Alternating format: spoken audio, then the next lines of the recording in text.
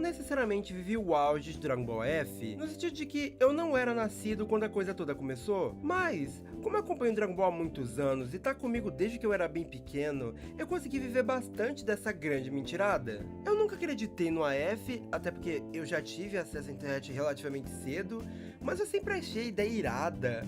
O emblemático Super Saiyajin 5, as transformações super malucas e fora da curva, os vilões doidos. E quando eu coloquei minhas mãos naquela coisa tão fascinante e ao mesmo tempo assustadora que era o Budokai AF, foi quando eu surtei de vez, só por poder ter tudo aquilo nas minhas mãos. Mas desde sempre, eu tinha essa vontade de querer algo mais concreto, ao invés de só ficar procurando Videl Super Saiyajin 3 ou Goku Super Saiyajin 1 até 1000. Eu queria realmente consumir uma história de verdade. O jogo meio que me dava isso, mas eu não sabia ler espanhol e a cópia que eu tinha pro PS2 rodava muito mal porque o jogo era sobrecarregado de mod. Foi aí que pela primeira vez na minha vida, ainda bem pequenininho, eu resolvi ler Dragon Ball F. Sim, meu primeiro mangá foi um Dragon Ball F, e não qualquer um, foi o do Tobo, ou, mais conhecido hoje em dia como Toyotaro. Acho que não é mais segredo pra ninguém a essa altura que o Toyotaro foi aquele que escreveu e desenhou o mangá mais famoso de Dragon Ball AF, e também é quem tá fazendo atualmente Dragon Ball Super. Mas é bom já começar corrigindo um erro bem comum de muita gente. Toyotaro não criou o Dragon Ball AF,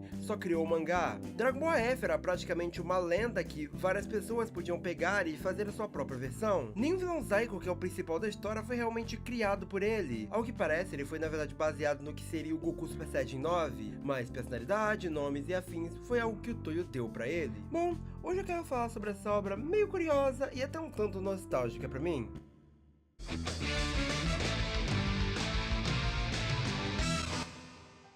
A história começa no passado, quando Goku derrota Freeza e ele é resgatado. A sua mãe, a Kaioshin do Oeste, se decepciona ao ver que a sua criação deu errado, e pretende se encontrar com quem o derrotou. Cortamos em seguida para muitos anos depois na Terra, já depois do Goku ir embora com Shenlong. Para ajudar sua família, o Gohan agora além de pesquisador, também é professor na mesma escola que o Goten estuda, enquanto Goten acaba assumindo a sua identidade como Saiyaman, contra sua vontade. Em meio a uma aula, um roubo é anunciado e Gohan então faz Goten ir lá resolver, mas ao chegar lá, o Ubi com a sua própria identidade de herói chega primeiro e acaba salvando a todos. Decepcionado então, Goten volta para a escola, mas no caminho, ele nota algo chegando à Terra, essa sendo a Kaioshin do Oeste, junta de um misterioso guerreiro, que ataca o garoto antes que ele pudesse reagir, alertando os outros guerreiros Z, Trunks, Vegeta e Gohan, que chegam rapidamente ao local. O inimigo se apresenta como Zycor, o filho de Goku, que em alguns lugares é traduzido como Shikor, mas eu vou chamar de Zycor porque como eu tô acostumado. O mesmo se demonstra muito poderoso ao subjugar facilmente Vegeta, Trunks e Gohan,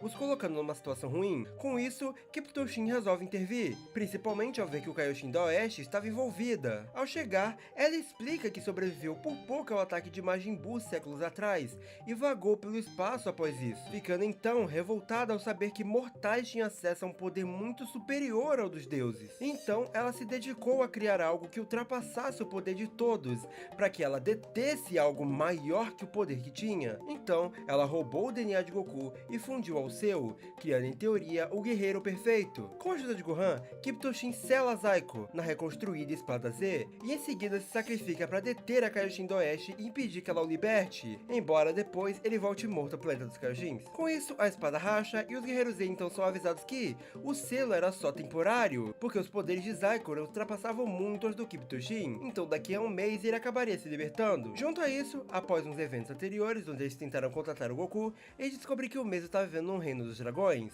Então, para trazê-lo de volta para ajudá-los, eles precisariam trazer as esferas do dragão antes, com 7 Super Saiyajins. Inicialmente eles desistem da ideia por falta de um Saiyajin, mas com a ajuda das esferas de Namekusei, Trunks traz Broly de volta para poder ajudar. Nisso eles treinam, se preparam para novamente enfrentar Zycor, até que um mês se passa e eles voltam ao campo de batalha para enfrentá-lo. Vegeta consegue inicialmente pressioná-lo até que ele sai por cima novamente com a sua nova transformação, mas antes de uma batalha maior se desenrolar, todos são teleportados para a plataforma Celeste, onde por fim podem trazer Goku de volta para a luta. Dessa vez eu fiz algo que eu não faço, que é dar a história toda só numa sinopse, mas é porque eu sei que muita gente pode não ter lido o mangá, e eu queria que ninguém ficasse confuso na hora que eu fosse fazer a minha review dele. Embora isso seja um resumo bem resumido. Acho que a melhor forma de começar é pelos desenhos, afinal é o chamariz principal de um mangá. O Toyotaro nessa época obviamente desenhava de forma bem inferior a hoje em dia. Nos primeiros capítulos acho que ele soava muito como uma imitação bem fajuta do Akira, mas lá pro segundo volume em diante, eu acho que ele vai se aprimorando e criando mais identidade. Não é feio, mas também nunca nunca é nada muito excepcional, embora às vezes ele desenhe painéis que eu acho genuinamente bons. Claro que nem se compara ao Akira, mas nem precisa, afinal era um iniciante fazendo um mangazinho totalmente sozinho pra internet, e levando em conta a época, é bem passável a maior parte do tempo. E no que diz respeito às lutas, elas são no geral bacaninhas. Passam bem o suficiente a ideia que elas precisam. É meio difícil lidar com lutas em mangás de Dragon Ball, porque o Akira era realmente muito bom nisso. Se você já leu, sabe que ele conseguia fazer tudo rolar muito bem pelos seus olhos. As lutas iam deslizando de forma fantástica. Não só isso, como ele era muito criativo. Então não é qualquer um que vai bater nisso. E eu acho que o Toyotaro já nessa época tinha algumas ideias bacanas em relação a isso. Além de que ele consegue retratar a ideia de destruição durante as lutas, para demonstrar o poder grande dos personagens. A única coisa que me passa às vezes é que tudo é muito rápido, mas eu entendo a ideia do porquê. O cara devia fazer isso no tempo vago dele. Mas em contrapartida, um dos maiores pontos negativos aqui é os diálogos. Eu acho que essas primeiras páginas certamente competiram para as piores páginas de mangá em 2006. O Freeza todo acabado chamando pela mamãe, que por acaso é uma Kaioshin do Oeste. Sendo que esse tinha que ser o pontapé inicial mesmo. Coisas assim são bem comuns desses primeiros volumes. As conversas não são muito naturais, geralmente sendo só falas genéricas ou só algo rushado pra chegar no ponto que eles precisam. Um exemplo disso é esse momento que o Goku e o Gohan estão tomando banho juntos no flashback, e do nada o Gohanzinho puxa um assunto de: papai, você tava em Wadrad esse tempo todo? Totalmente do nada. E o Goku explica que, na real, ele deu uma paradinha em outro planeta antes. Sabe Deus como, e sabe Deus porque ele não tinha citado isso antes. E encontrou com a Kaioshin, que se apresentou como Layla. Ela deu comida pra ele, mas depois simplesmente desapareceu. No caso, foi esse momento que ela pegou o sangue do Goku para poder criar o Zaiko. Não só uma conversa bem repentina, como é daí que o Gohan, de alguma forma, já deduz que foi o momento que roubaram o sangue do Goku. E às vezes eu acho que ele é meio dramático demais. Tipo, o Vegeta, Trunks e Gohan mega surpresos com a Kaioshin se teletransportando e agindo como se isso fosse uma mega técnica, tipo...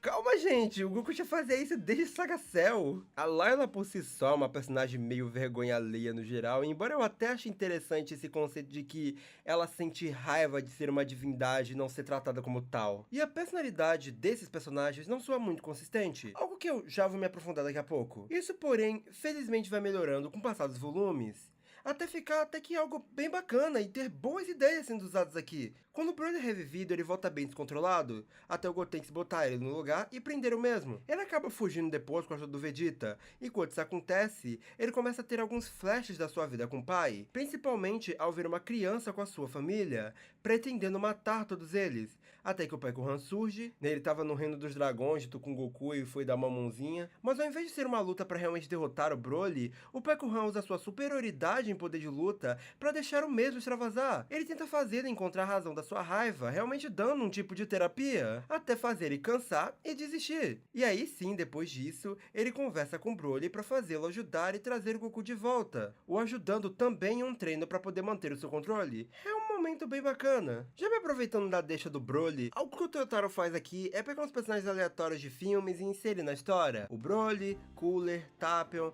além de alguns personagens de fillers, como aqueles demônios que o Goku vê quando cai da serpente, e o próprio Pekuhan. Eu nem posso culpar muito ele de jogar personagem que interfere forte em canone, porque a burra da Toei já tinha feito isso lá no verso do GT. Mas as participações de maioria deles, como o Cooler e o Tapion, são bem gratuitas. Embora eu até goste da ideia do Tapion virar aprendiz de Kaioshin, a maioria dessas coisas parece muito mais um fanservice, ou ele tentando suprir um desejo pessoal de querer ver esses personagens no canone. Mas isso não é só porque eles são gratuitos. Meio que personagens é algo que, no geral, o Toyo dá uma escorregada legal. Se um personagem é inútil no GT original, provavelmente ele vai acabar sendo aqui. Então, Goten e Trunks pararam de treinar de vez e não evoluíram muito. Pan, por alguma razão, parece ter ficado estagnada também, embora ela já gostasse de lutar e não tenha muito motivo para ela ter parado. E aparentemente ela e a Braça foram atrás de aprender a se transformar em Super Saiyajin 1 mesmo, o que, sinceramente, só tá aqui porque ele precisava disso pra história, não porque ele realmente queria dar algum destaque pra Pan e Bra. Os humanos a mesma coisa, não espera muito deles. Inclusive, tem até um fanservicezinho do Tientia aparecendo em um momento. Ele não faz muita coisa. O único dessa linha que acaba fugindo disso é o Gohan.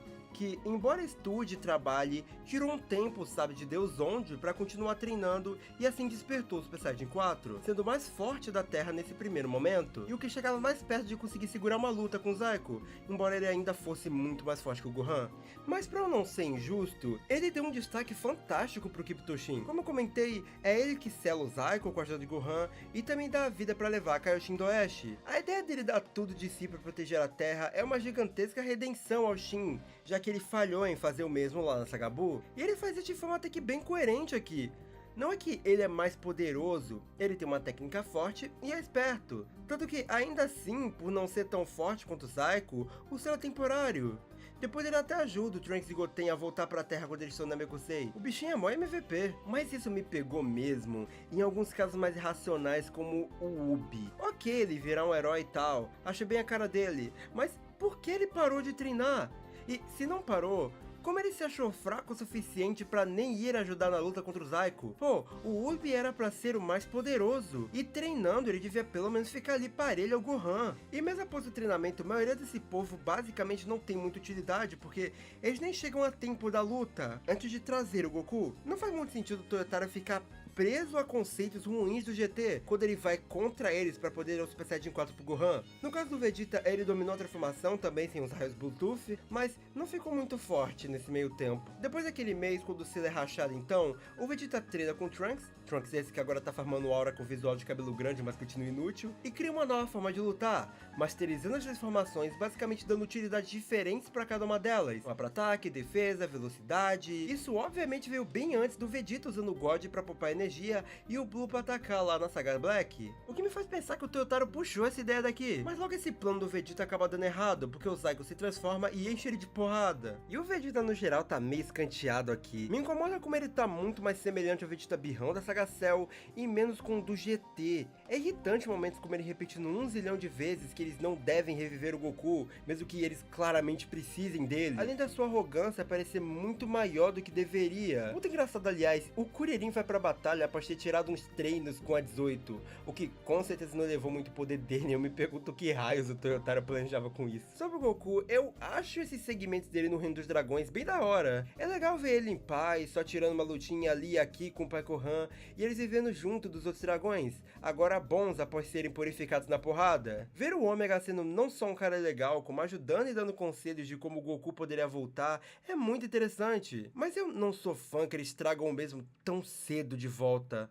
Todo mundo treinou horrores pro Salvador chegar antes mesmo deles basicamente fazerem qualquer coisa, dando uma impressão maior de inutilidade. O que, pensando bem, é bem Dragon Ball GT. Inclusive, uma coisa que eu não vejo as pessoas falarem tanto é que, teoricamente, o Super Saiyajin 5 não existe aqui. É, isso mesmo. Ele aparece rapidamente de costas em uma cena em que o Goku atinge o Pai Gohan, mas é bem pequeno. Como o mangá acabou sendo cancelado, nunca realmente ele teve chance de fazer o Goku se transformar. Engraçado, né? Considerando que o Super Saiyajin 5 é tipo a cara de Dragon Ball F. Nisso tem um lance de que muita gente diz que o Zaiko tá Super Saiyajin 5. Em uma tradução que eu tinha visto antes, a Kaioshin do Oeste realmente diz que ele tá Super Saiyajin 5, mas a da Kami-sama Explorer, que é mais atual, não tem menções a isso. Então eu acho que foi só confusão ou invenção da scan antiga. O fim do mangá é esse painel.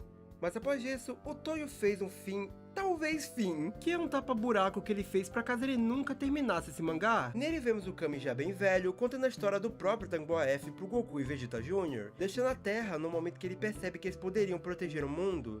É bem fofo, ele morre e vai pro paraíso onde estão todos seus alunos, e até mesmo o Goku e Kuririn novamente como seus alunos. No geral, o mangá é interessante, principalmente pra poder ver um início do Toyotaro como mangaka, mas o seu ponto mais importante tá realmente só nisso. É uma leitura rápida, leve e até divertida, mas ainda assim não é necessariamente bom. Dá pra ver que existe um amor pela obra, mas a inexperiência barra isso de ser o bastante, no máximo trazendo momentos selecionados que são la hora, tornando ele, no melhor dos seus casos, médio. É principalmente notável você ver arcos atuais como o do Moro hoje e notar como ele aprendeu muito que Dragon Ball não é só pancadaria, mas a forma que o antes dessa pancadaria é construída. Eu que imaginaria esse Toyotaro escrevendo a morte do Meros, que é fantástica. Ele se aprimorou muito em desenvolvimento e desenho, e embora eu ainda tenha muitas ressalvas quanto a isso, principalmente como ele conduz o Super, é absurda a evolução que ele teve. E eu tô animado pra vê-lo continuar Dragon Ball Super futuramente. Inclusive, teve depois disso um capítulo extra que foi feito por outras pessoas tentando continuar a história, mas